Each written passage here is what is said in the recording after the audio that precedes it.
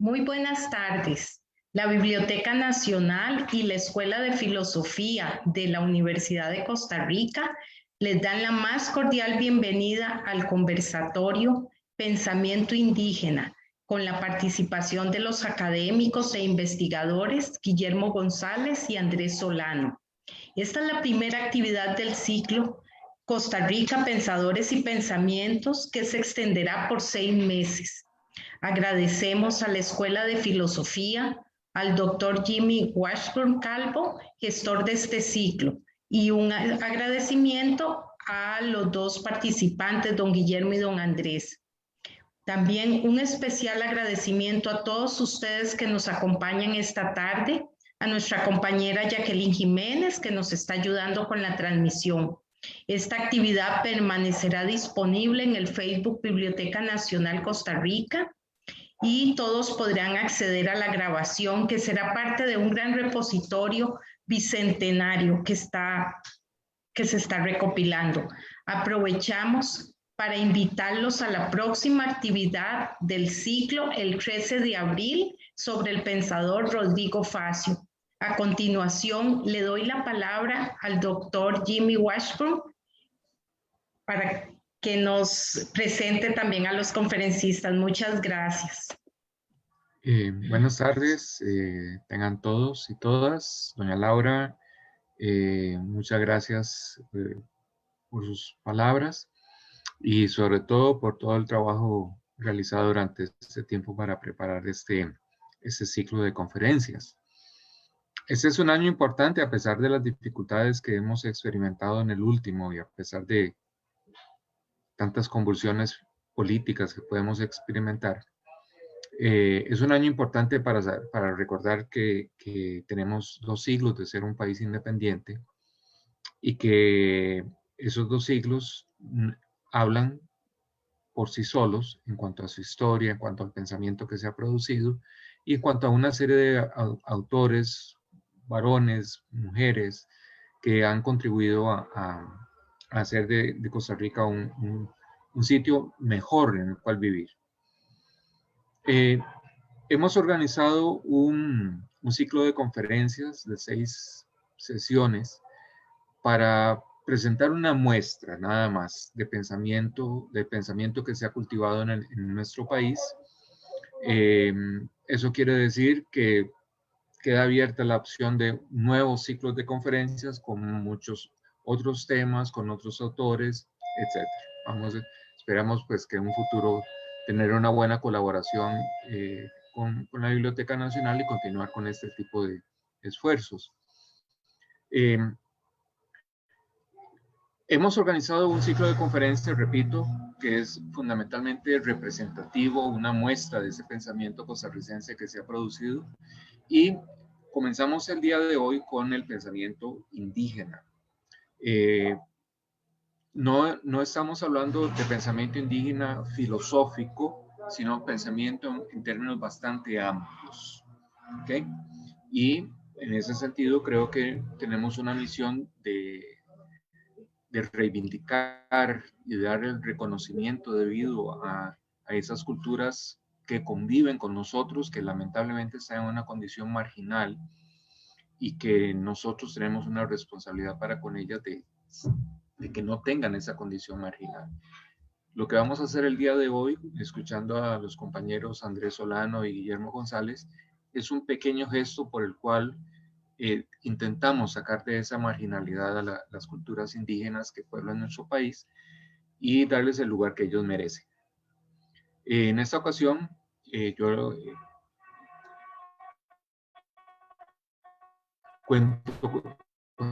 contamos con la presencia del profesor de la Universidad de Costa Rica. Él tiene una amplísima experiencia en el conocimiento de la cultura cabeca, de la cultura y lengua cabeca, y por lo tanto está muy familiarizado con esa idea de pensamiento indígena dado en la cultura cabeca. También contamos con la presencia de Andrés Solano, quien se ha dedicado en los últimos años a estudiar conceptos éticos, simbólicos,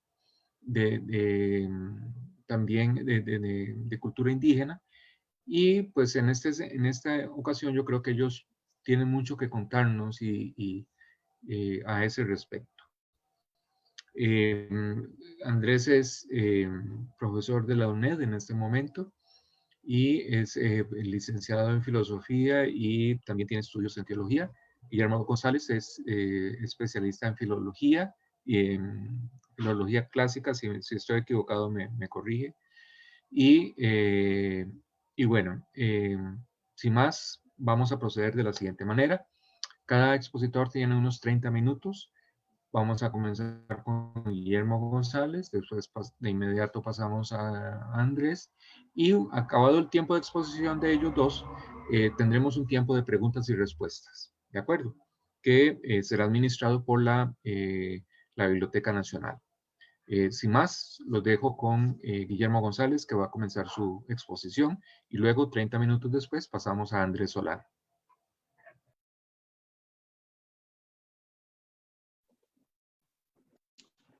Muy buenas tardes, tengan todos y todas. Muchas gracias a Jimmy por su introducción. Muchas gracias a todos aquellos que nos están viendo a través del Facebook, ¿verdad? Esta modalidad que debido a pandemia. Tal y como lo indica Jimmy, hoy por pensamiento indígena, y este es un tema que es bastante exploratorio, bastante introductorio. Yo he estado trabajando más que nada con una comunidad indígena, que son los cabécares, pero pues a lo largo de mi vida pues también he trabajado con bribris y también tengo un poco de conocimiento pues de la cultura maleco del norte de Alajuela. Y en realidad lo que vamos a hacer es tratar de generar algunas ideas incipientes quizás sobre este tema del pensamiento indígena.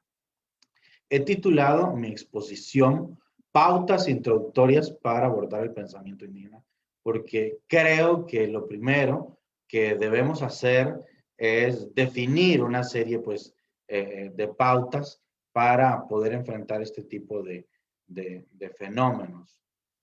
El asunto es que como lo indígena ha sido visto siempre desde la antropología, desde la lingüística, pero este abordaje desde lo filosófico, desde lo meramente el pensamiento es algo muy definir una serie, pues, es algo muy para poder enfrentar este tipo de fenómenos muy incipiente, ¿verdad? Como dije.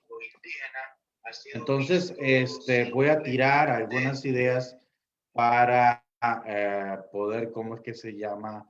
Desarrollar de una mejor manera este tema. Lo que yo creo, considero que debe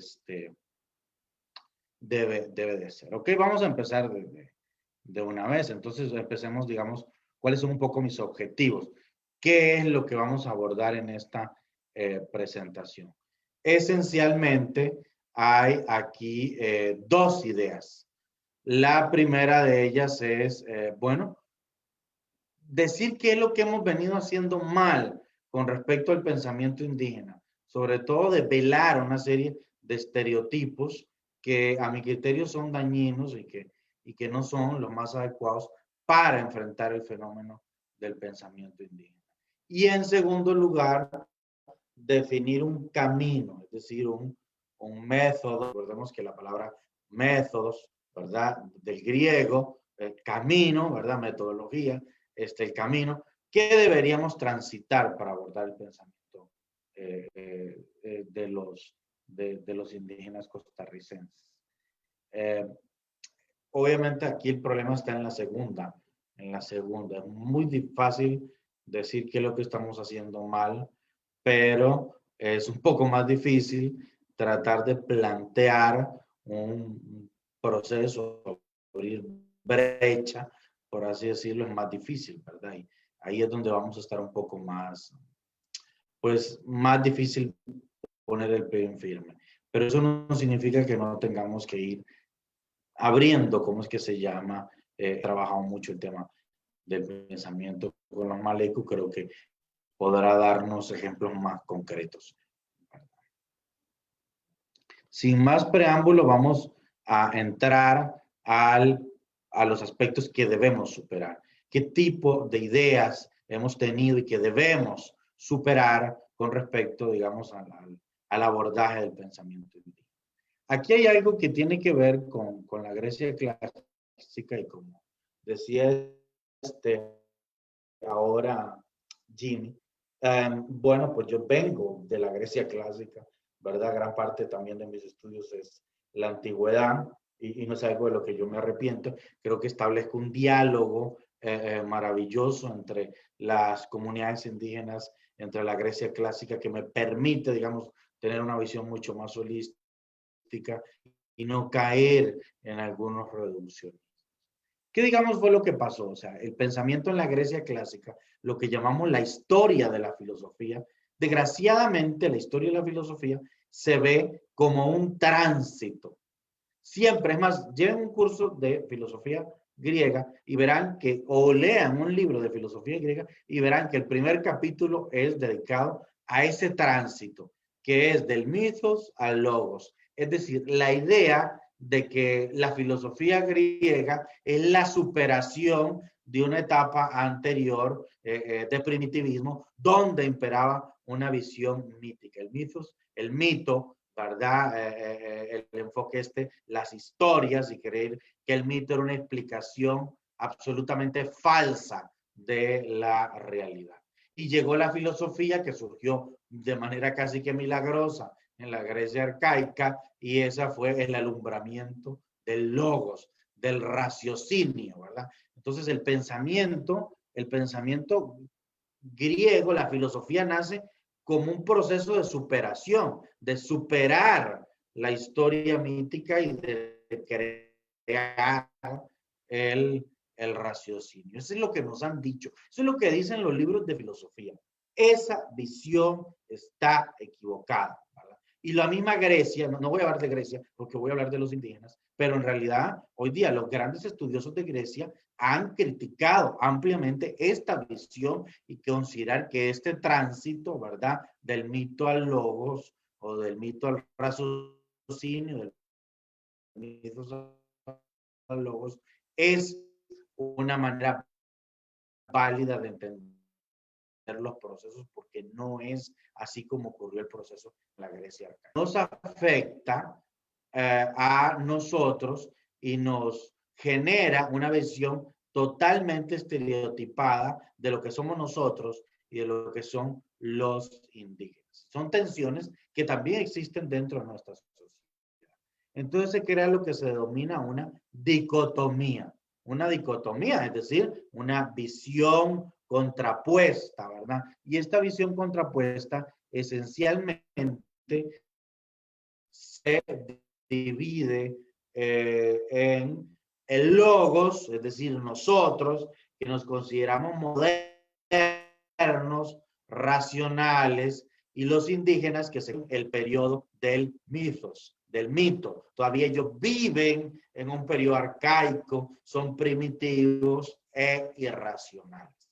Esto, como yo pongo ahí en la diapositiva, es una idea falsa, absolutamente falsa. No podemos partir de esta dicotomía. Eso es algo que tenemos que superar. Lo primero que hay que superar es la idea de que los indígenas viven en la época arcaica, que son primitivos en el pasado y que por lo tanto no tienen un pensamiento complejo y que nosotros, en cambio, como somos modernos, racionales, somos capaces de crear filosofías y hechos complejos, ¿verdad? De hecho, una de las grandes discusiones, si ustedes se leen los libros sobre filosofía en Latinoamérica, es si estos pueblos tienen filosofía. La primera pregunta ¿es posible hablar de filosofía? ¿Es posible hablar de pensamiento en los indígenas de América? Y no solamente en los indígenas de América, en los de Australia, incluso todo el pensamiento oriental, que ahí tiene todavía una raigambre todavía cultural más fuerte. Incluso el mismo pensamiento oriental ha sido puesto en cuestionamiento por algunos teóricos, ¿verdad? ¿Por qué? Porque sencillamente ellos tienen una visión absolutamente dicotómica. Hay que superar esto, rotundamente. Demos un paso más allá y consideremos que efectivamente en los pueblos indígenas existe el pensamiento que se llama, que se refleja de múltiples maneras. Y un segundo punto, a mí me parece que es muy importante superar también, es la cuestión de los estereotipos.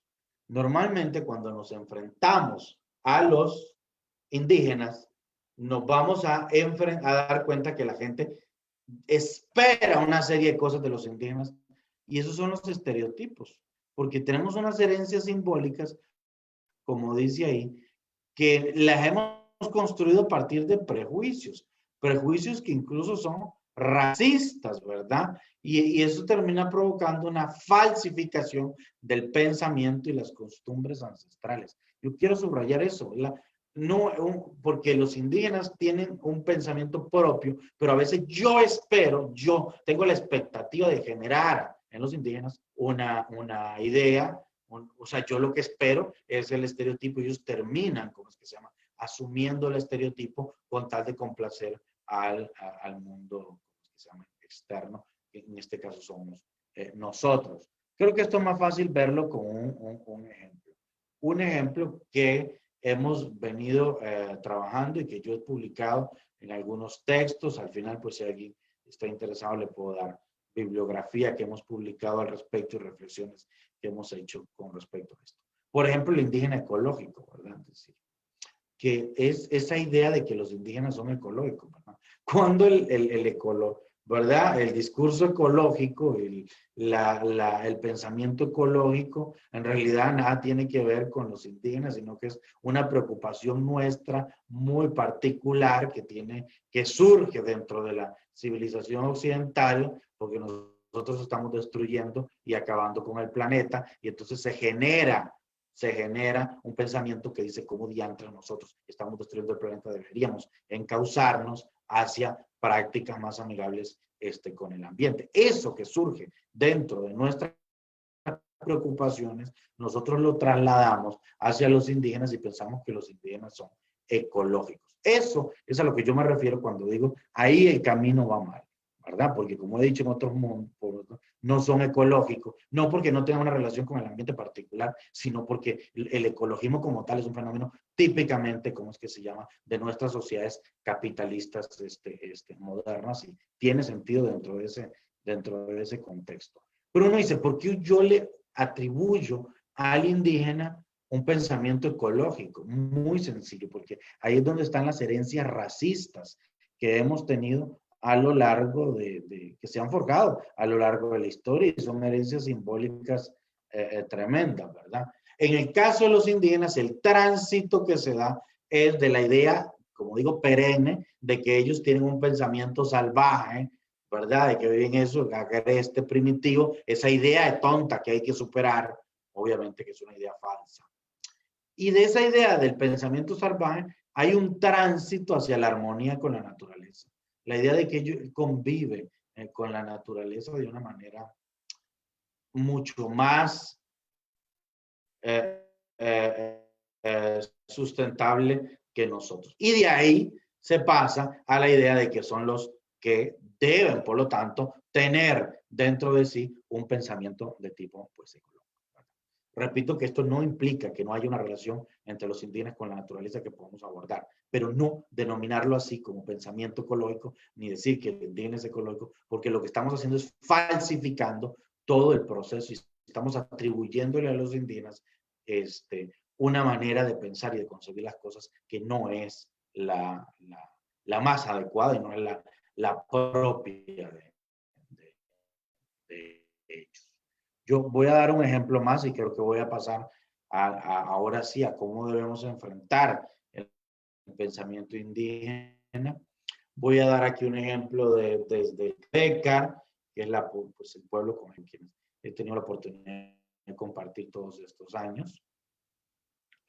Un problema esencial es la la cuestión de que de un pronto a otro empezaron a hablar los cabécares y sobre todo Bribri, y en general, digamos, en general, todos los pueblos, de una u otra manera, empezaron a hablar de la madre tierra, ¿verdad? Madre tierra en Cabécar, ahí está, Mina Ishuku, eso es en el Cabécar norteño, donde existe una vocal que es con diéresis, que es E, y en el Cabécar sureño sería Minahishuku, Minahishuku. Madre tierra, ¿verdad? En realidad la tierra es una niña, no es una madre, ¿verdad? Empecemos en que en la tradición bríbrica Bécar, la tierra es una niña, ¿verdad? No es una madre. Uno se pone a pensar, entonces, ¿por qué de pronto yo me dio porque no encontraba yo en la historia sagrada Cabécar nada de la madre tierra, sino de la niña tierra, que es diferente la niña tierra a la madre tierra. Y yo decía, ¿pero dónde salió esa madre tierra? ¿Qué diablos es esa vaina? Y bueno, cuando uno hace un análisis arqueológico, como diría este Foucault, se va dando cuenta que el origen de eso es cosa romana. Que esa diosa romana, de manera arquetípica, de una u otra manera, se ha mantenido a lo largo de la cultura occidental y de una u otra manera ha sobrevivido, digamos, simbólicamente, y la vemos en muchas historias, en muchos relatos europeos y etcétera, etcétera. No es menester en este momento, pues, como ponerme a conversar aquí de eso. Pero veamos ustedes, una diosa romana, la Tellus Mater, de un pronto a otro es traspasada a un pueblo indígena Cabécar como Minahishuku o Minahishuku para, ¿cómo es que se llama? Ajustarla a nuestra manera de ver. Porque a nuestra manera de ver, los indígenas Cabécar deberían, ¿cómo es que se llama? Adorar a la tierra o tenerle una consideración X, Y, Z con la tierra. Eso es lo que hablamos de los estereotipos, eso es lo que hablamos de las transferencias, eso es lo que hablamos de absolutamente inconveniente, de las falsificaciones que usted hace al trasladar un concepto dentro y meterlo dentro de la cultura, porque yo espero que la cultura sea ese X, Y o Z. Eso no significa que los cabécaros no tengan una relación con la tierra, que es muy de ellos y que debería abordarse a través de determinadas formas, pero no traspasando una diosa romana, como les digo, mera y tajantemente. Ahora paso a la segunda parte y ya voy hacia el cierre.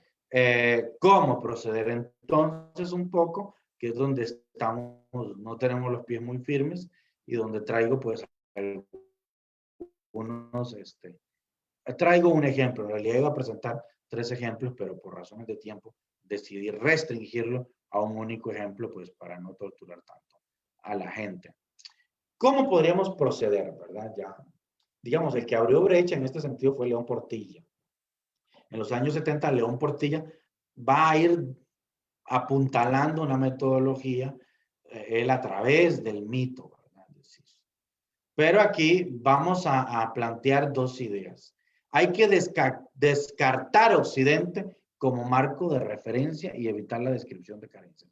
Miren, eso de evitar la descripción por carencias es terrible, ¿verdad? Porque entonces usted tiene un marco de referencia que es Occidente y entonces empieza a describir un pueblo como el Cabécar por la carencia, porque no tiene X, Y o Z. Entonces, en el pueblo Cabécar, por ejemplo, no hay ventanas. Pero eso no es una descripción válida, porque, o sea, la ventana, o sea, puede ser que en nuestros pueblos, bueno, obvio que ahora las casas de los Cabécares tienen ventanas. Me refiero a tradicionalmente las casas, aquellas cónicas propias de los Cabécares, no existía la ventana, ni el concepto de ventana de forma, pues, tradicional. Pero, es decir, eso no es una manera válida de describir la cosa porque usted lo está describiendo hacia la carencia. Lo mismo que ellos no tienen puentes. Correcto. Es una cosa muy curiosa que los pueblos indígenas no tengan puentes, ni el concepto de puente, como es que se llaman, habiendo tantos ríos en el país, ¿verdad? Sino hasta épocas más modernas que eso, ¿verdad? Porque puente, ¿verdad? ¿Cómo es que se llama? europeo, por supuesto, la importancia que tienen los puentes en Europa, el simbolismo que tiene el puente. Entonces, pero yo no quisiera centrarme en eso. Lo que quiero centrarme es que eso es inadecuado. Uno no puede, a partir de carencias, decir, este pueblo no tiene tal cosa, o este pueblo no tiene esta otra.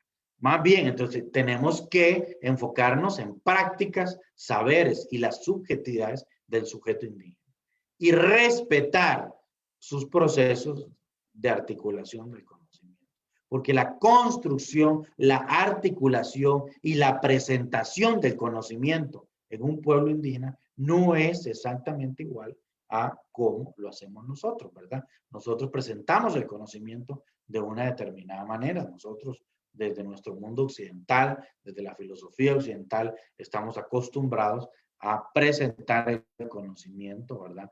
De una manera particular. A lo mejor ellos presentan el conocimiento desde otra manera, desde otras formas. Y esas formas no son menos válidas que las nuestras de presentar el conocimiento. Y nosotros podemos, de ninguna manera, pensar que nuestra manera es mejor o peor, o, ¿verdad?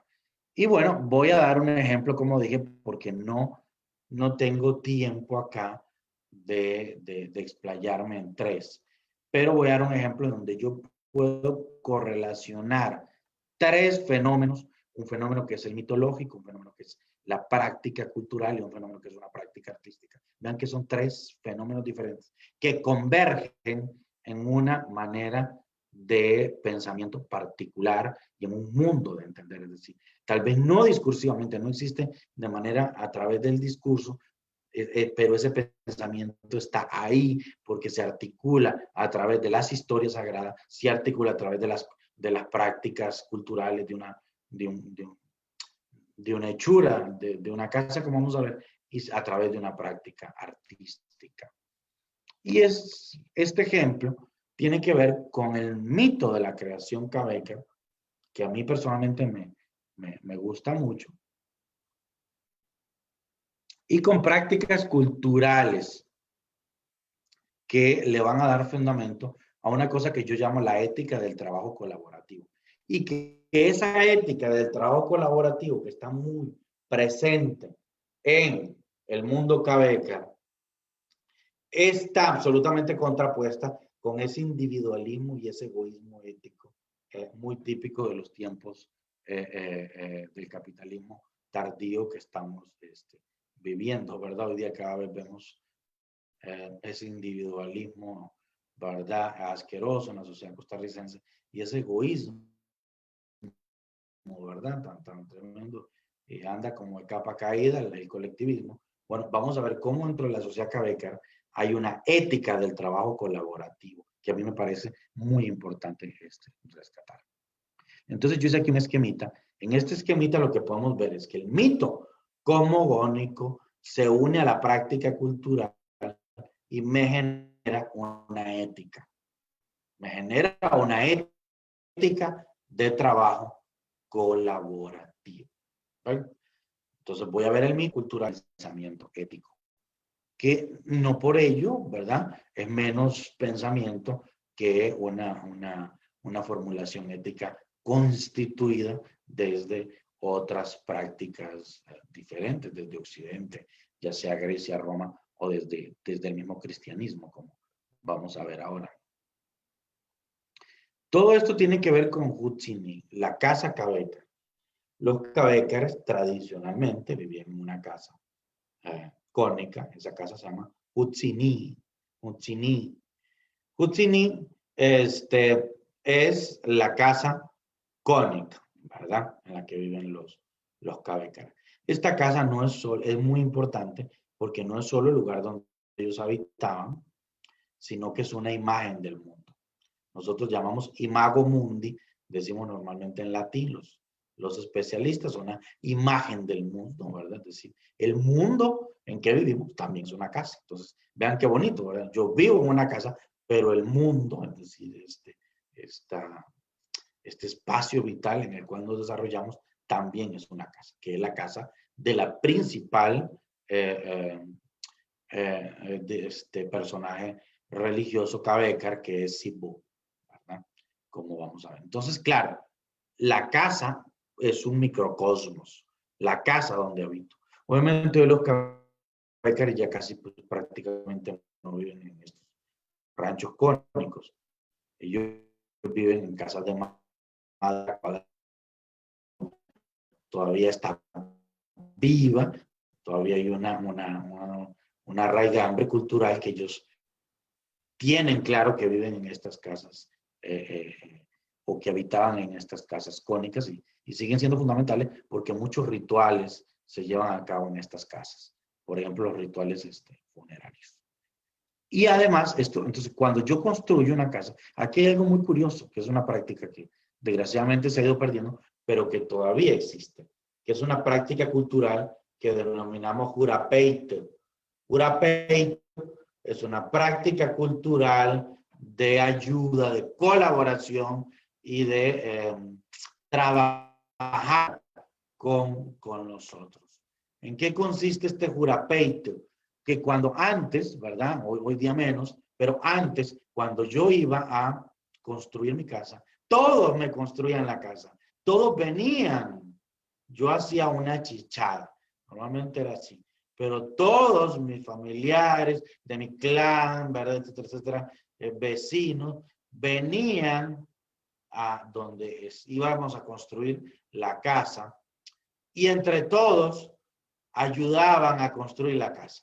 Y cuando la casa estaba terminada, había una gran inauguración con chicha, etcétera, etcétera. Ese es el prestar la mano.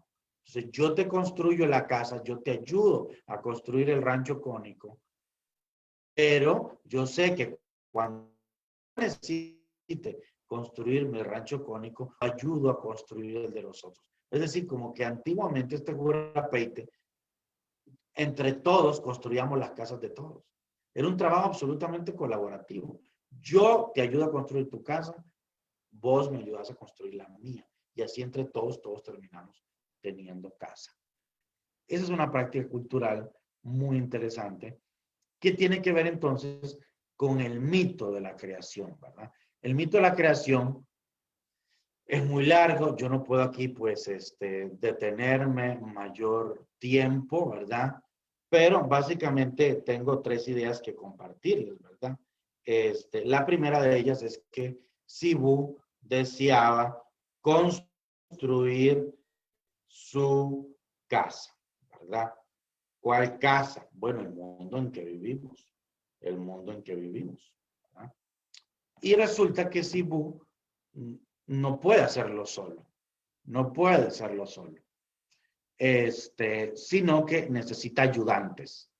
Y por lo tanto, a estos Cibú organiza una gran fiesta después de que estos ayudantes le ayudan a construir su casa. Vean que es muy parecido a lo del jurapeite que estaba yo mencionando antes, y hacia esto voy ya como cierre. Vean que el mito de este mito de la creación, Cabécar es totalmente diferente al mito de la creación cristiano. Totalmente diferente, porque en el mito judío cristiano, Dios crea el mundo con la palabra. Ese señor no hace nada. O sea, es la cosa más ingracia que puede haber, porque Dios, Yahvé, o no sé cómo se llama, ese señor dice, hágase la luz, y la luz se hizo, y hágase tal cosa, es decir, en fin, usa la palabra. Mientras que en el mito Cabécar, la divinidad principal, Cibú, no puede solo, necesita ayuda. Tengo que ir a buscar ayuda. Otros tienen que ayudarme para poder construir mi mundo, es decir, la gran casa en la que vivo. Vea esa ética que se va traduciendo ahí. Yo no puedo solo. Yo necesito ayuda. Necesito de los demás para poder sobrevivir. Necesitamos de los demás. Y eso está ahí en el mito de la creación. Y ustedes me dirán, bueno, aquí hay este es un dibujo de Cibó, por si no lo han visto. Este es hecho por ¿cómo que se llama? Por un Jaguar Cabécar, un médico indígena Cabécar dibujó hacia Cibú, ¿verdad? Por si no lo han visto, ¿verdad? Se ve, pues, se caracteriza por la bolsita que tiene ahí en una de las manos y el bastón en el otro. Y entonces, ¿Qué es lo que cómo se celebra? Y con esto cierro. ¿Cómo se celebra? Bailando el burusique. El burusique es este baile que se hace en círculo y que yo tomo el hombro de la otra persona y que juntos, hombro a hombro, vamos, ¿cómo es que se llama? Bailando. Yo vuelvo al asunto de la cuestión de la ética del trabajo colaborativo. El burusique se baila en grupo. Yo necesito 14, 15 personas para bailar burusique. Esa es la enseñanza que yo estoy planteando aquí. Yo no puedo solo. Yo no puedo bailar burusique solo. O sea, no se puede. Es materialmente imposible bailar el burusique solo. Hay que bailarlo en grupo. ¿Cuál es la enseñanza que está aquí? La cuestión del trabajo colaborativo, de que yo necesito al otro, de que yo no puedo prescindir del otro. El otro me es necesario a mí. Yo subsisto en tanto el otro existe, en tanto el otro, ¿cómo es que se llama? Vean qué importante esta manera, y claro, esto es solo un atisbo de cómo podríamos ir desarrollando este trabajo de pensamiento y de aporte que hace la cultura cabeca y que se opone rotundamente al individualismo que muchas veces vemos en la sociedad. Hoy día la gente baila sola, va a las discotecas a bailar sola. O sea, entonces la gente baila sola en una discoteca. Eso en el pensamiento cabeca es una aberración. ¿Cómo va a haber gente en una discoteca bailando sola? Porque el burusique se baila en grupo y nos enseña que necesitamos de unos y otros. Y eso es una ética de trabajo colaborativo. Esto es solo un ejemplo, yo tenía varios más y en otro momento tal vez les comente de otros casos en los cuales podemos ver procesos metodológicos para acercarnos al pensamiento indígena y que pueden, digamos, ayudarnos. Como digo, estamos abriendo brecha, como digo, estamos en un proceso muy incipiente, pero, ¿cómo es que se llama? Creo que podemos ir de alguna u otra manera apuntalando algunas ideas y haciendo trabajo, por supuesto, que también, ¿verdad? De las comunidades indígenas es importante este trabajo, no solo que yo lo que he expuesto aquí es algo externo, desde fuera, desde nosotros, desde la universidad, pero también en otro momento deberíamos también requerir otros procesos muy diferentes a los cuales yo me estoy refiriendo aquí de manera externa. También habría que hacerlo a lo interno, pero ese es tema para otra conferencia y para otra conversación. Muchísimas gracias a todos.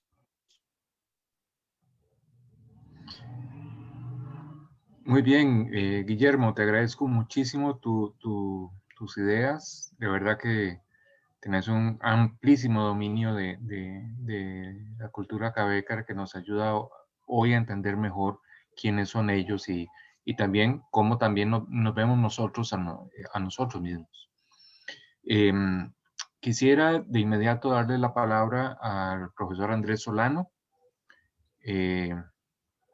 Entonces, si nos ayudan con el cambio de pantalla. Y de inmediato vamos a escuchar a Andrés, que igualmente tendrá unos 30 minutos. Y al concluir su participación, abrimos el espacio para preguntas y respuestas.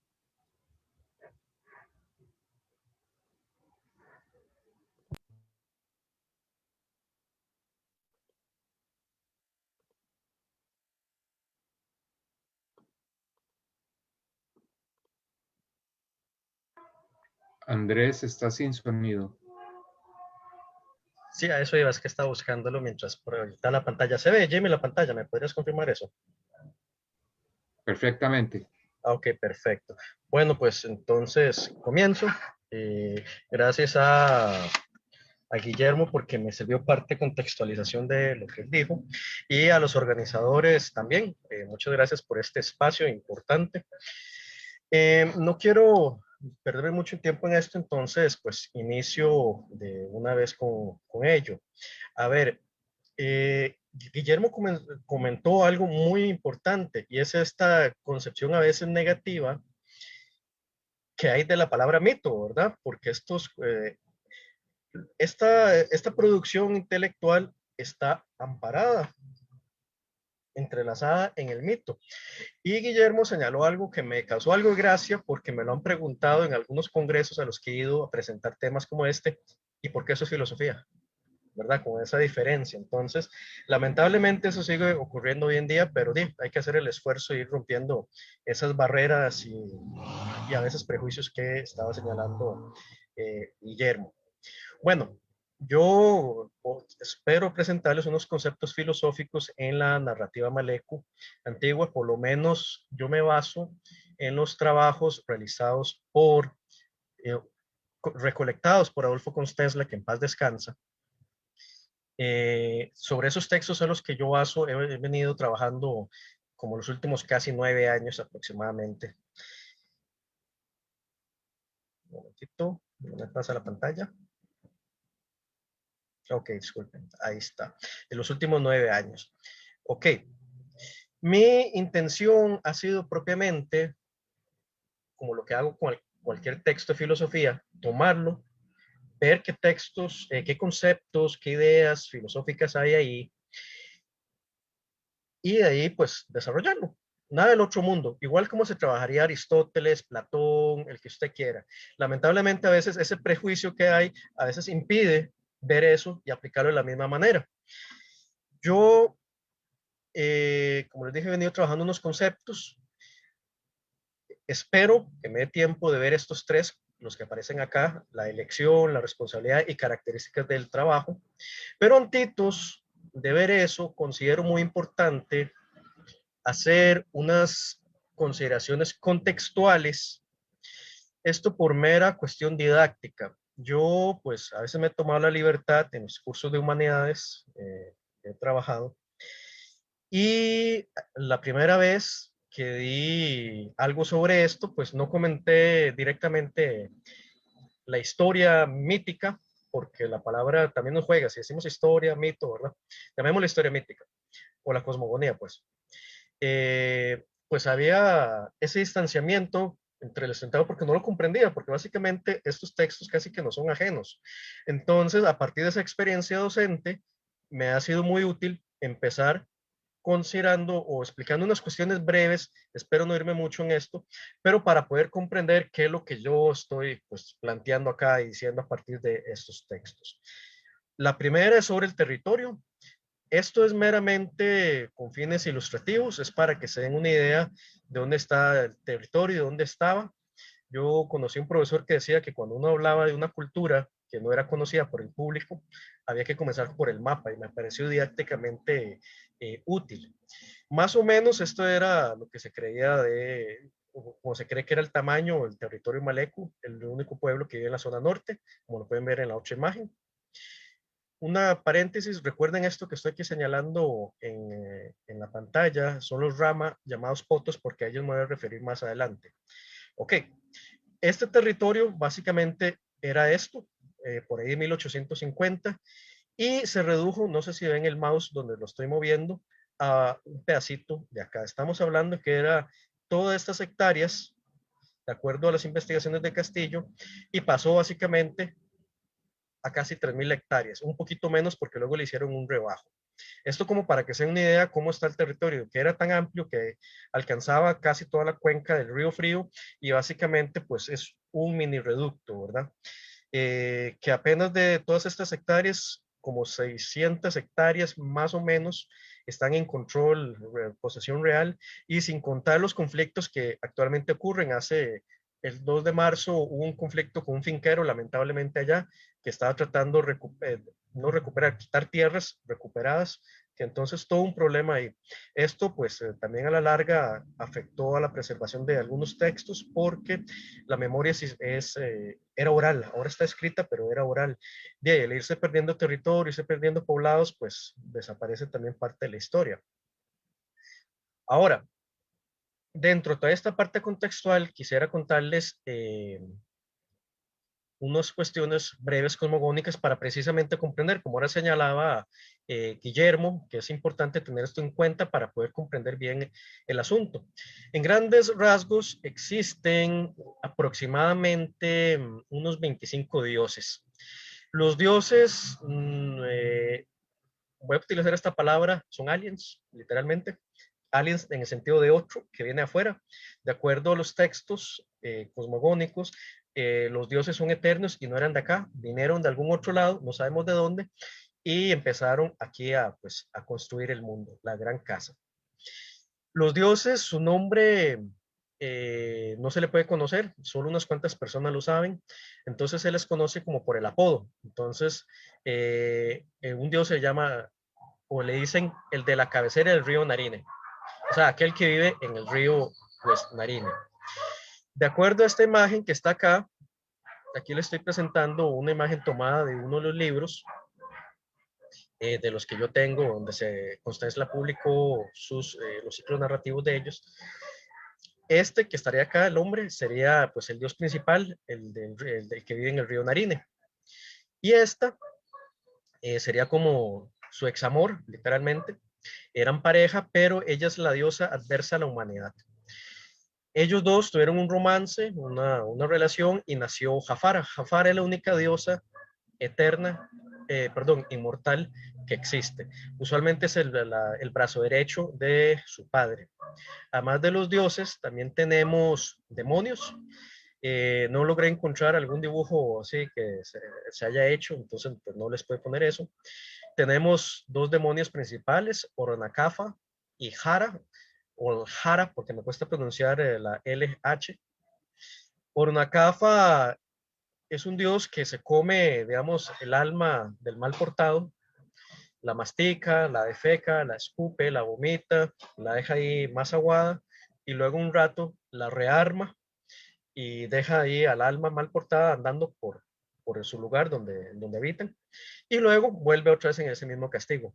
Jara parece que los castiga con fuego.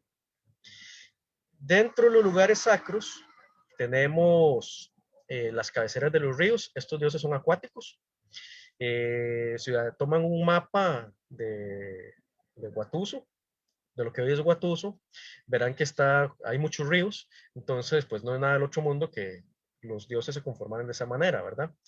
El lugar sagrado de los dioses está dentro de la cabecera de los ríos. Ahí va la gente que muere, digamos, bien por una enfermedad, que esto es algo interesante, nos muestra un concepto no negativo de la enfermedad. También van ahí los que mueren mal, los que mueren bien, los que siguen los preceptos, las reglas de los dioses, porque al fin y al cabo son los dioses quienes construyeron este mundo, entonces esto funciona como una lógica de hogar. Vives bajo mi casa, pues respetamos algunas reglas, ¿no? Y dentro de los lugares de tormento tenemos dos, uno en el cielo y otro terrenal. En el cielo es donde se encuentra Oronacafa, que este fue un choque claro que tuvo el cristianismo. Se pueden imaginar que le digan que el cielo es el infierno. Y ahí hay casitas y todo, hay una vegetación, es como otro mundo ahí arriba. De hecho, algunos de los frutos que existen, de acuerdo a la cosmogonía Malecu, actualmente se deben a que los trajeron de arriba. Alguien fue al cielo y los trajo. Del otro lugar de castigo es el río Tejicalí. Ese se encuentra cerca como la frontera de lo que hoy es frontera con Nicaragua. Cada uno de estos dioses tiene su séquito de demonios, cada uno de estos demonios tiene su séquito de demonios y de demonias. Ahora, para ya ir finalizando esta parte cosmogónica introductoria, hay tres castigos que marcaron las historias Malecus. Y es importante tenerlas en cuenta porque de alguna esa manera se entreven pues, en los conceptos que ellos elaboran. Hay tres castigos. El tercero es el principal. El primero fue una hambruna. Aquí no hay concordancia en las fuentes porque como era tradición oral, puede ser que una comunidad pues mantenía una versión, otra mantuvo otra y coexistieron, pero en todo caso hubo una hambruna y casi todos se mueren, los dioses los perdonan. Viene un segundo castigo en que todos son devorados por tigres. Los tigres, miren qué descripción de la imagen, bellísima. Tigres saliendo de vasijas, tigres saliendo del fuego, tigres saliendo de donde fuera, y se empiezan a comer a casi toda la gente porque algunas mujeres incurrieron en orgías incestuosas y lésbicas. Aquí, insisto, esto no soy yo, esto eran los textos de antes, pues había cierta connotación negativa a lo que hoy podríamos llamar orientaciones sexuales no heterosexuales, fueron castigados, en este caso todo el mundo, porque había relaciones pues, lesbianas e incestuosas. Luego el tercer castigo fue un gran cataclismo. Este es el que marca el antes y después de la historia, en que se manda una inundación, vientos fuertes, huracanes, terremotos, todo lo que usted quiera. Y esto porque una orgía, otra vez, incestuosa, heterosexual, lésbica y gay. Aquí fue de todo mundo contra todo mundo. Entonces, la diosa adversa a la humanidad, la cabecera de Aore, ella no quería a los seres humanos y aprovechó esto para convencer a los demás que castigaran a los seres humanos y los destruyeron a todo el mundo. Y toda la fauna que existía también y toda la flora. Y luego se vuelve a recrear.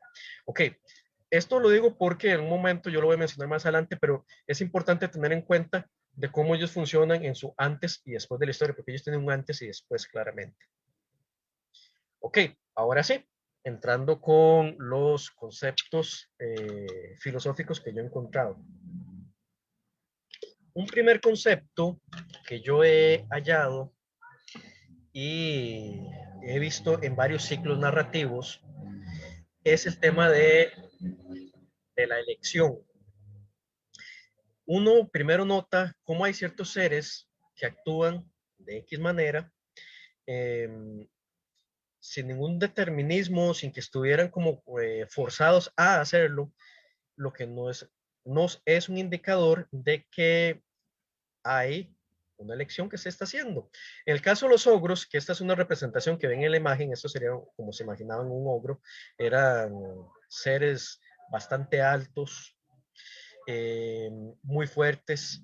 Ellos se comportaban de manera negativa, brutal con los seres humanos, particularmente con los potos, también con los malecos, pero los potos, aquellos, la otra línea que les había dicho, los rama, que ellos existieron realmente, pero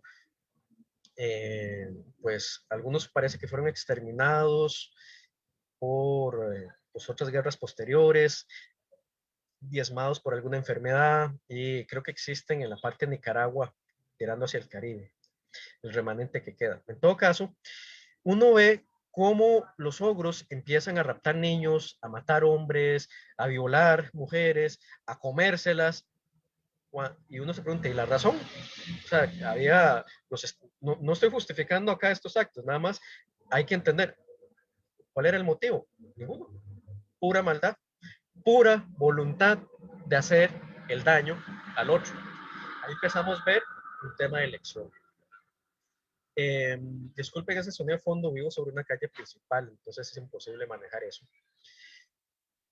También vemos cómo los ogros se comportan de manera incestuosa entre sus propios familiares porque tienen relaciones sexuales con familiares cercanos, madres, hijas, y eso señala el texto que no había escasez como de ogros y ogresas como para decir, si es que no se pueden reproducir.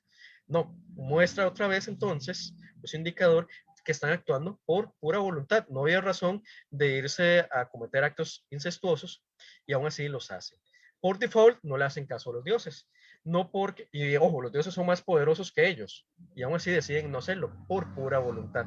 Entonces uno empieza a ver que aquí hay un tema de elección que está presente en estos textos. También en el ciclo de los felinos uno ve esos temas. Por ejemplo, hay un texto que a mí me gusta mucho, a mí me gustan los gatos, entonces cuando encontré este texto fue maravilloso. Había un grupo de felinos que estaban gobernados por un gran felino.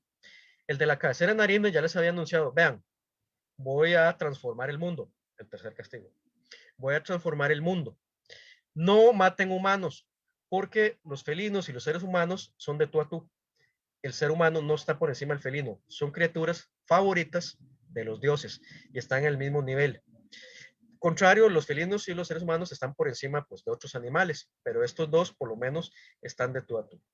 El punto es que los felinos pues están preocupados porque el gran felino no le importaba lo que dijo el de la cabecera de Narine y él seguía matando. Entonces los demás toman una decisión, hay que matarlo. Somos más contra él, sí le podemos hacer frente. No porque queramos matarlo, sino porque ya nos advirtieron que si este sigue matando, a nosotros no nos van a traer de vuelta cuando se transforme el mundo. No es que los iban a traer individualmente, como que yo, Andrés Felino, muriera y luego me iban a resucitar en la versión cristiana, yo, Andrés Felino, aquí estoy, sino por lo menos la especie. Entonces uno empieza a ver que hay un tema de elección presente. Este fue el primer tema que yo me encontré a la hora de empezar a estudiar los textos por allá en el 2012. ¿Qué es lo que uno puede ver de esto? Que a través de la elección nos vamos construyendo nosotros mismos. Esto creo que es algo que el texto o los textos, los ciclos narrativos nos dejan muy claro de entrever. Sí, claramente yo individualmente tomo elecciones, pero también tienen efectos sociales. También la elección nos produce como grupo, lo que ahora señalaba Guillermo.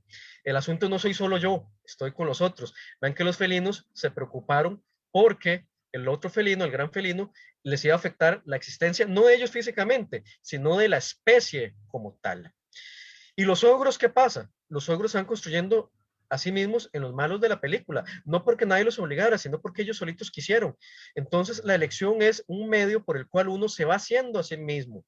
Los ogros al final se ganaron como castigo que fueran exterminados casi todos y los sobrevivientes los exiliaron a otra parte que ya nunca más volvieron a verse. Entonces la elección, yo he notado que es un tema muy, muy importante en ellos porque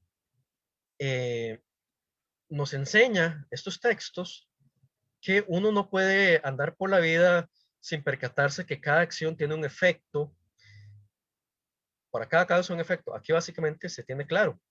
Y hay que tomar conciencia de eso, porque la elección es importante. Una de las cuestiones que yo he encontrado, y esto lo veo muy reflejado en el texto 9, creo que era el de los felinos, es cómo se presentan estas fases. Aclaro, esta nomenclatura yo la puse pues, con esas palabras, es parte de mi marco referencial de formación, ¿verdad? Pues tengo que partir de algún lado, pero se nota que el contenido está ahí. Usted ve que sea una importancia tener conocimiento inicial antes de tomar una decisión y tener la voluntad de hacer, bueno, ¿qué vamos a hacer acá? Ok, perfecto. Tenemos más o menos claro qué es lo que vamos a hacer. Ok, pensemos ahora con mayor detalle la fase de profundización. Reflexionemos con mayor detalle qué es lo que estamos haciendo o queremos hacer. Y uno de los textos empieza a ver que se ve que hay que tener claro el objeto, qué es lo que va a hacer en el caso de los felinos, matar al gran felino. La intencionalidad, ¿por qué? Porque el gran felino está poniendo en duda está poniendo en peligro nuestra existencia. Circunstancias, bueno, ¿cómo lo vamos a matar? ¿Cuándo lo vamos a matar? Les ahorro la historia, al final no lo matan porque nadie dice, ok, tranquilos, vi que hay buena intención de su parte, yo me encargo de él y no lo matan. Pero aún así, venía la fase previsora, que usted veía que los felinos es que si no lo hacemos, no nos van a traer de vuelta. ¿Qué hacemos? Y esto sirve de realimentación. Entonces uno ve que esto está en los textos, tal vez no como un tratado, como precisamente, ahora señalaba Guillermo, se esperaría desde el prejuicio que hay que tenga que estar presente cualquier texto de filosofía de la misma manera que en Occidente se ha trabajado, parte en Occidente, porque ni Empédocles ni Parménides eran así. Pero en todo caso, uno ve presente estas cuestiones. La elección claramente conlleva a consecuencias. Los ogros creyeron que nadie les iba a hacer nada porque no encontraron ningún obstáculo al inicio y al final sí hubo pues consecuencias, como les dije, fueron casi exterminados y exiliados. Entonces, la elección, esto es importante porque lo marca uno, pero también va a marcar el entorno donde uno se encuentre. Ok, aquí paso al siguiente concepto. Aquí estoy, disculpen que vayan rápido porque como quiero aprovechar este espacio porque realmente a veces cuesta divulgar esto y estos son trabajos que llevo años trabajando, entonces aquí estoy sintetizando lo más que pueda. En el tema de la responsabilidad, que es otro que yo he visto constante en varios de sus textos, es que está la idea que hay que asumir las consecuencias, lo que ahora les decía de la elección. Hay que asumir consecuencias negativas, positivas, deseadas o no deseadas, directa e indirectamente, del actuar que hagamos. Y yo he encontrado por lo menos dos puntos o premisas éticas. La responsabilidad de la gente y la responsabilidad de terceros. Voy con la primera más rapidito, que esa se colige del concepto anterior. La responsabilidad de la gente es que la gente se tiene que ser responsable de lo que hace. No se puede desresponsabilizar de lo que ocurre. Aquí no cabe un Poncio Pilato, mira, yo no fui, fueron ustedes, no, usted se hace responsable de lo que está ocurriendo. Y el hecho que usted no encuentre un obstáculo no lo exime de las consecuencias. Digámoslo de manera más popular, el karma existe. En algún momento algo va a pasar, usted tiene que hacerse responsable. No puede andar uno por la vida diciendo que yo no tuve nada que ver con el asunto. Ay, mira, es que no lo planeé. Sí, tal vez no lo planeaste, pero la consecuencia se dio. Asuma las consecuencias. En este caso, de los ogros, que ahora le conté, ¿qué fue la consecuencia? Ser exiliados, previa matanza. El otro punto de partida es uno de los que me ha llamado más la atención, y es porque se incluye a veces algo que usualmente no estamos acostumbrados a hacernos responsables. Y es que los malecos de estos textos tenían claro en sus narraciones de que el hecho, digamos que yo soy el tercero, el hecho de que yo no hice nada al 8, el hecho de que yo no fui el afectado directo, no me exime a mí de responsabilidades. Si yo llego a tener conocimiento de lo que está ocurriendo. Entonces, si ocurrió un accidente acá y yo estaba a 3 kilómetros en otro lado, pues ni modo, no estaba ahí. Pero si yo estaba y no llamo al 911, teniendo un teléfono a mano, ahí ya yo también soy responsable. Esto es algo que queda claro en los textos malecos. Hay responsabilización de terceros. Por ejemplo, en el texto 4 de la plática sobre los ogros, hay un caso en que un ogro tenía secuestrada a una mujer, entiéndase, la violaba. Entonces el ogro se va y viene un felino y el felino ayuda a mover la piedra. Es éticamente cuestionable porque el felino puede haber hecho más, pero al final por lo menos le movió la piedra. La palabra que se utiliza es como soplar. El soplo tiene una cuestión importante, pero más en la cultura bíblica Becar, que de lo que yo he encontrado. Aquí no he encontrado más textos, pero no me voy a detener en eso. El punto es que sopla la piedra, o sea, como que la afloja. Y le dice el felino a la mujer, tranquila que va a venir un hombre, va a matar al ogro y te va a sacar de acá. O sea, un felino que nada tenía que ver, se dio cuenta y actuó. Lo mismo ocurre con otros seres, los que ven ahí los tarocarrafas, eran otros seres humanos gigantes que se extinguieron. Ellos no se metían con los ogros los dejaban ahí, pero los dioses le pidieron, mira, háganos un favor, es que están maltratando a unos potos por allá, vayan, aniquilen a esos ogros, por favor. Y ellos pudieron haberse negado. Dijeron, no, es tuyo. Dijeron, ¿qué dijeron? Está bien. A pesar de que el problema no era ellos, a pesar de que los ogros no le estaban haciendo nada a ellos se metieron en el asunto. Entonces, ¿qué nos enseña estos textos? Que ninguna acción, sin importar quién la ejerza, puede suponerse que no impactará de alguna manera, va a tocar alguna conciencia. Pero aquí es importante tener en cuenta lo que Jorge Mario Rodríguez, filósofo guatemalteco, llama responsabilidad asimétrica. Y esto es algo que está claro en los textos. El hecho de que yo sea el tercero no me hace igual de responsable que los otros. O sea, sí tengo mi cuota de responsabilidad si llego a conocer. Sí hay que valorar las posibilidades que uno tenga para ver las capacidades de acciones que uno pueda tomar.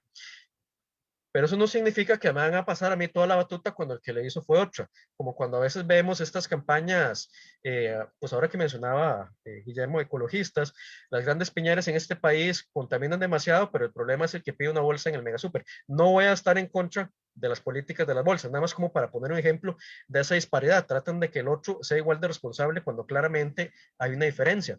Aquí estos textos, creo yo, enseñan que hay que mantener esa asimetricidad de acuerdo al rango de responsabilidades para no caer en una injusticia de desresponsabilizar a la gente en este caso, ¿verdad? Un momentito. Ok, eso sería con el tema de la responsabilidad. Paso a al último concepto, que es el del trabajo. Me va a tomar unos 5 minutos de más. Les pido disculpas a la audiencia que me tengan paciencia en eso. El trabajo es un tema importante. Me alegra que consideren esto, que no lo teníamos planeado, pero como vieron, se tocó en el tema con Guillermo. El trabajo es algo que está presente en los textos malecus, en varios textos. De hecho, no hay como unos cuantos textos, se encuentra de manera transversal, lo que me hace a mí suponer que era un concepto muy importante. ¿Cuál es el punto de partida que ellos tienen de este tema o de este concepto? Que el trabajo hay que hacerlo porque los dioses trabajan. Vemos aquí la referencia y la importancia del mito, ¿verdad? Si los dioses trabajan, como yo, ser humano, no voy a trabajar. Claramente los dioses trabajan menos que los seres humanos porque ellos se la pasan divirtiendo, toman chicha, tienen como un tobogán de arcilla, ahí juegan, tiran truenos, se la pasan bonito y conviven tranquilamente, bueno, excepto con la de labore que a veces da problemitas. Pero en todo caso, aquí la idea es que el trabajo haya ecos en la existencia de los dioses. Si los dioses trabajan, todavía con mayor razón, nosotros seres humanos tenemos que trabajar. Yo he encontrado por lo menos 6 características, aquí voy a describirlas rápidamente por cuestión de tiempo. Una primera característica es que el trabajo se concibe como un principio de creación. Me llamó mucho la atención la forma en que ahora Guillermo decía que el Dios cristiano es ese Señor que de palabra dice, hágase. Aquí, para hacer algo, para crear algo, hay que ponerle esfuerzo, dedicación, constancia. Digámoslo, utilicemos esta frase que se utiliza a veces hoy en día, ponerse la camiseta. Hay que estar ahí metido. Porque solo mediante el trabajo se crean las cosas. Incluso el mismo mundo, cuando los dioses llegaron, que no sabemos de dónde llegaron, pero llegaron, no es que no había nada en el sentido de Exneil O'Neill, en el sentido de que no existía nada o que existía la nada, sino que había como materiales por ahí, yo me imagino como al mejor estilo de una plasticina, y empezaron a agarrar y a formar y a hacer cosas. Había un material o materias, eso no queda claro en el texto, y a partir de ahí los dioses empiezan a crear la gran casa. Este mundo que nosotros vemos es una creación, es la gran casa, básicamente la misma naturaleza. Entonces, para hacer eso, se ocupó de trabajo. Entonces, si en eso se utiliza, ahora imaginemos en otras cosas, que eso queda claro en otros textos que se habla de trabajos de cosas menores. Una segunda característica es que el trabajo genera una conducta laboriosa. Les comentaba que existían los potos. Los potos, lamentablemente, pues sí existieron. Bueno, vieron en el mapa toda la zona que abarcaba, parece que los malecos solo los conocían los más de por acá. Ellos tenían una visión estereotipada de los potos, creían que eran tontitos, lelos, perezosos, vagos, que no hablaban bien el malecu, cuando al final hablaban rama y era como otra variante, no era una variante malecu, no era un dialecto, era otro idioma lo que ellos estaban hablando. En todo caso, los malecus los ven a ellos como los tontos y como los que no hacen bien el trabajo.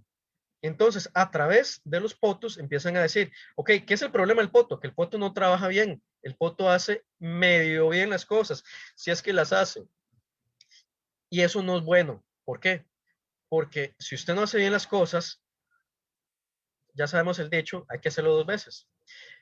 Trae consecuencias negativas, fomenta la pereza, no hacen bien las cosas, promueve sin querer queriendo el robo. Nosotros como docentes, creo que esto nos queda a nosotros bien claro. ¿Por qué?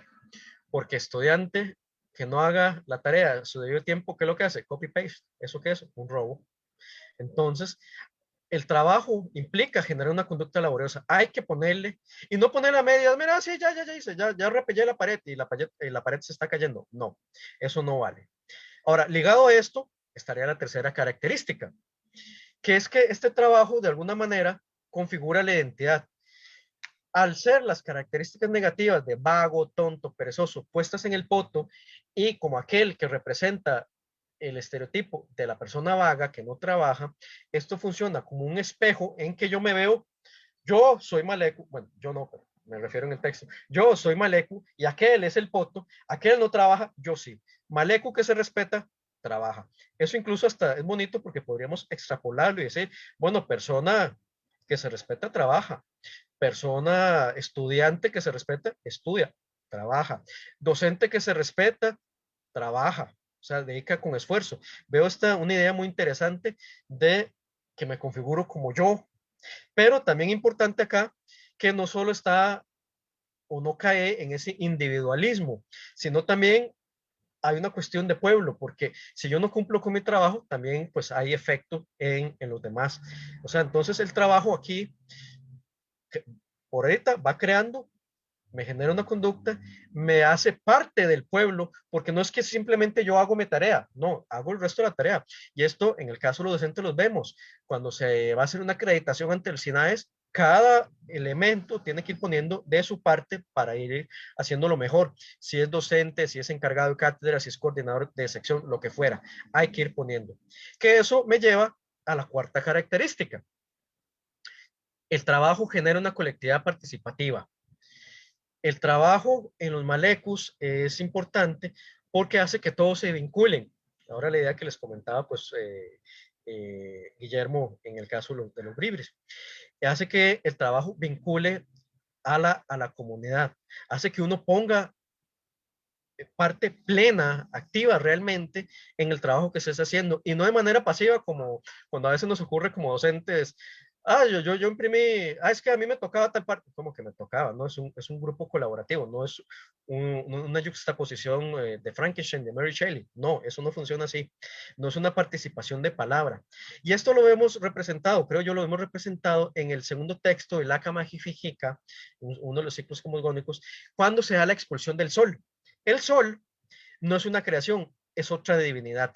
El sol viene de afuera, no sabemos de dónde viene, también es alien, viene y al principio se lleva bien con los malecus, con los dioses, perdón, pero ¿qué ocurre? Que empieza para alimentarse a tomar sangre humana. Entonces, pues los dioses vieron, este nos va a matar a todos los malecus. Entonces, nos va a matar todos los malecos, tenemos que pues, sacarlos. Y le piden, vea, váyase, y el tipo no quiere. Entonces, tuvieron que todos trabajar en conjunto para irlo empujando. Le pidieron ayuda a los animales y no pudieron. Lo sacan al final con un colibrí y todos los dioses, sin importar quién fuera, no importa, por ejemplo, que Narine, que era el dios jefe, él tuvo que colaborar igual que los demás, con todos, porque no había de otra manera para hacerlo. Quinta característica, y esta es la penúltima, un momentito que no me cambia la pantalla. Ok, hay un vínculo ambiental. Aquí es importante tener en cuenta que el trabajo no se puede desvincular. Como está esta idea de responsabilización, yo no puedo suponer, es que ocupo trabajar X cosa y me voy a desentender del trabajo. No, lo que yo sea que haga, tiene que tomar en cuenta el daño que voy a hacer a la casa, porque vivimos en este mismo mundo. Hay que tomar en cuenta los daños inmediatos. En el texto El llanto del árbol cortado, un joto va a cortar un árbol, que es un mangle, y en eso el mangle le llora y le dice, pero ¿por qué me estás cortando? Y él se asusta porque el árbol está hablando. Entonces aparece Narine y le dice, es que mira, y le enseña el charquito donde está el agua y le dice, al cortarse este árbol vas a acabar con los animales que viven ahí, lo que hoy llamaríamos ecosistemas. Bueno, yo no soy biólogo marino, espero no haber equivocado en el término, pero se me entiende la idea. No preocuparse por la naturaleza, por la gran casa, no porque sea una madre, que esa es una diferencia, que fue algo muy importante que señaló Guillermo, no hay que considerar, y eso a veces es un error, que todos los pueblos indígenas tienen la misma idea, ¿verdad?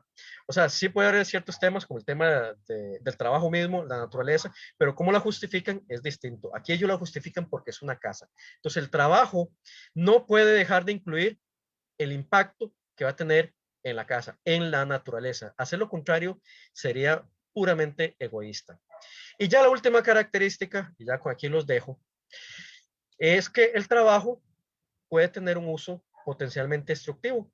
Cuando se destruyó el mundo la tercera vez, o sea, la destrucción por autonomacia, no fue tampoco crece, vayamos a destruir, así, no, implicó trabajo. Todos los dioses también tuvieron que poner trabajo para destruir. Entonces, incluso para destruir bien, hay que tener esfuerzo, hay que hacerlo de la manera adecuada.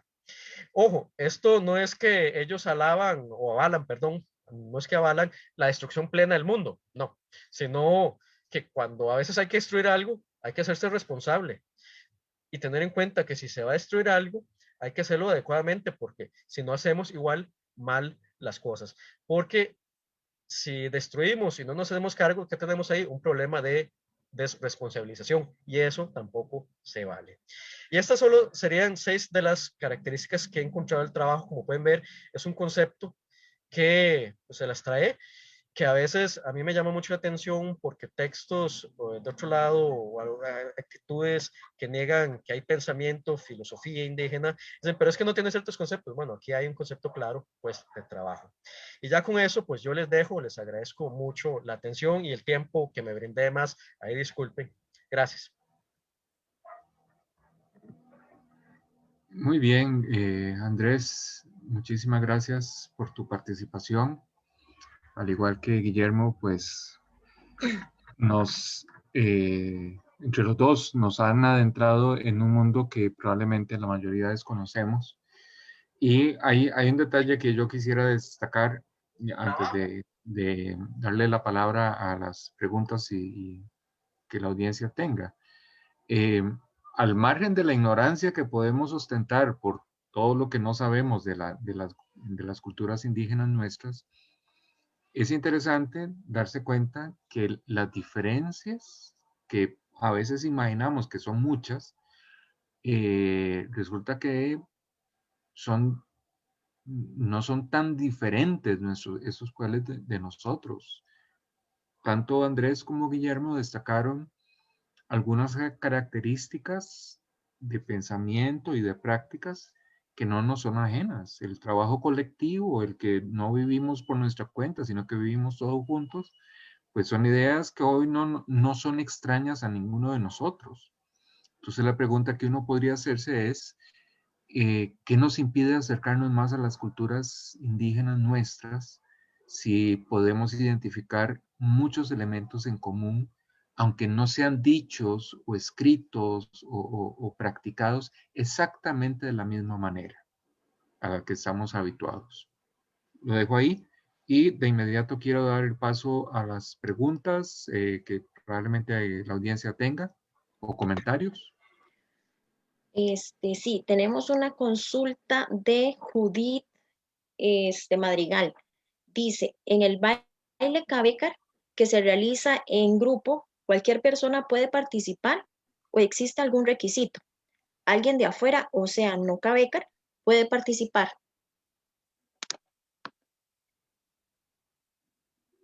Bueno, el Burusique tiene una organización compleja. Es dirigido por una persona, el Buruwekiri, que es el que dirige, el que canta, aunque también los otros miembros cantan, es cantor y también el que dirige la danza, la persona pues que se pone, pues por así decirlo, en el centro y a partir del cual los otros se van apoyando hombro a hombro. Pero aparte, digamos, hay varios cantos de Burusique y no todos se bailan igual, superan las varias decenas, unas 2 o 3 decenas de cantos de Burusique. El asunto acá es que, pues, en general, los que integran el resto son, como por así decirlo, el público en general, cualquiera, pues sí, cualquier miembro Cabecar puede integrarse al baile y también, pues, no hay que ser Cabecar, también, pues, hemos estado en inauguraciones de ranchos donde hay personas no indígenas y ellos también se pueden integrar al baile, no hay ningún problema, no hay ninguna restricción, ¿verdad? En general lo importante es, sí, claro, aprender a bailar, lo que tiene digamos que no es tan difícil, pero como cualquier baile tiene un proceso de aprendizaje, entonces lo importante para los no indígenas es aprender a bailarlo. En el caso de los cabécares, desde niños, desde muy pequeñitos, ellos lo han visto, entonces ellos lo han adquirido como práctica cultural, entonces ellos sí lo saben bailar, pero pues el único requisito, si no, es como un poco incómodo estar ahí que terminan arrastrándolo a uno el resto de gente, ¿verdad? Pero no hay restricción para que las personas participen. La única restricción es para el que organiza el baile, el que canta, que ese sí requiere una formación profesional, entre comillas, por así decirlo.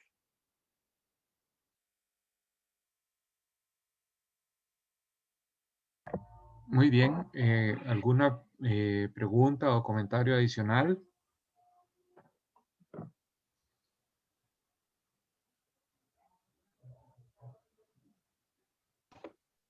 Don Jimmy, hay muchas felicitaciones, inclusive Y don Julio. saludos nos indica desde Tegucigalpa. Y que muy interesante el conversatorio. Don Luis Gustavo Lobo nos indica un saludo cordial para doña Laura y para don Guillermo González. Doña Nidia Marina nos indica excelente charla, muchas gracias.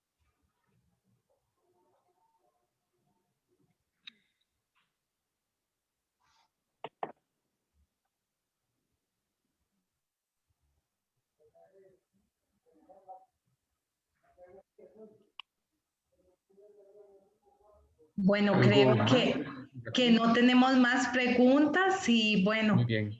darle las gracias a los dos conferencistas. Ha sido muy, muy interesante y las gracias a don Jimmy. Realmente iniciar este ciclo con esta actividad es muy, muy positivo porque realmente, como le comentaba antes de comenzar, creemos que tenemos una gran deuda de conocimiento, de divulgación, de todo el aporte y toda la, en este caso, el pensamiento de nuestros indígenas. Entonces, pues darle las gracias.